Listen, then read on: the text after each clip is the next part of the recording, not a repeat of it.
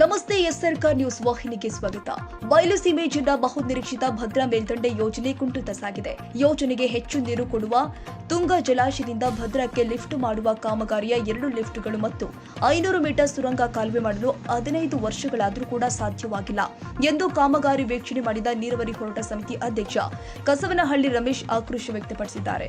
ಹಿರಿಯೂರಿನ 12 ಜನ ರೈತರ ತಂಡ ತುಂಗಾ ಜಲಾಶಯದಿಂದ ಆರಂಭಿಕ ಹಂತ ಮುತ್ತಿನಕೊಪ್ಪ ಇಂಟೇಕ್ ಕ್ಯೂನಲ್ ತುಂಗಾ ಜಲಾಶಯದ ಹಿನ್ನೀರಿನ ಪ್ರದೇಶದಿಂದ ಮೊದಲನೇ ಲಿಫ್ಟ್ ವರೆಗೂ ಕಾಲುವೆ ಮಾರ್ಗದಲ್ಲಿ ಸುರಂಗ ಮಾರ್ಗದವರೆಗೆ ಕಾಮಗಾರಿ ವೀಕ್ಷಣೆ ಮಾಡಿದಾಗ ಅಲ್ಲಲ್ಲಿ ಕಾಲುವೆ ಕಾಮಗಾರಿ ಬಾಕಿ ಉಳಿದಿದೆ. ಮುತ್ತಿನಕೊಪ್ಪ ಸಮೀಪದ 1ನೇ ಲಿಫ್ಟ್ ಪಂಪ್ ಹೌಸ್ ಕಟ್ಟಡ ಕಾಮಗಾರಿ ಅಪೂರ್ಣವಾಗಿದ್ದು ಅಲ್ಲಿ ಮೋಟಾರ್ ಪಂಪ್ಗಳನ್ನು ಅಳವಡಿಸಲಾಗಿಲ್ಲ. ಅಲ್ಲದೆ ನೀರೆತ್ತುವ ಕೊಳವೆಗಳು 10-15 ವರ್ಷಗಳ ಹಿಂದೆ ಖರೀದಿ ಮಾಡಿದ್ದು ತುಕ್ಕು ಹಿಡಿಯುವಂತಾಗಿದೆ. ಅವುಗಳನ್ನೇ ಬಳಕೆ ಮಾಡಲಾಗ್ತಾ ಇದೆ. ಇದರಿಂದ ಕಾಮಗಾರಿಯ ಗುಣಮಟ್ಟ ಕಳಪೆಯಾಗುತ್ತೆ. ಅಲ್ಲದೆ ವಿದ್ಯುತ್ ಟವರ್ಗಳನ್ನ ನಿರ್ಮಿಸಲಾಗಿದೆ, ಆದರೆ ವಿದ್ಯುತ್ ಮಾರ್ಗ ಎಳೆಯಲಾಗಿಲ್ಲ.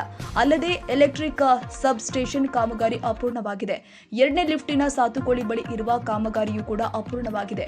ಅಲ್ಲದೆ ಸುರಂಗ ಮಾರ್ಗವೂ ಕೂಡ ಪೂರ್ಣವಾಗಿಲ್ಲ. ಅಲ್ಲಲ್ಲಿ ಸೇತುವೆ ನಿರ್ಮಾಣ ಹಾಗೂ ಕಾಲುವೆ ಕಾಂಕ್ರೀಟ್ ಕಾಮಗಾರಿ ಬಾಕಿ ಇದೆ.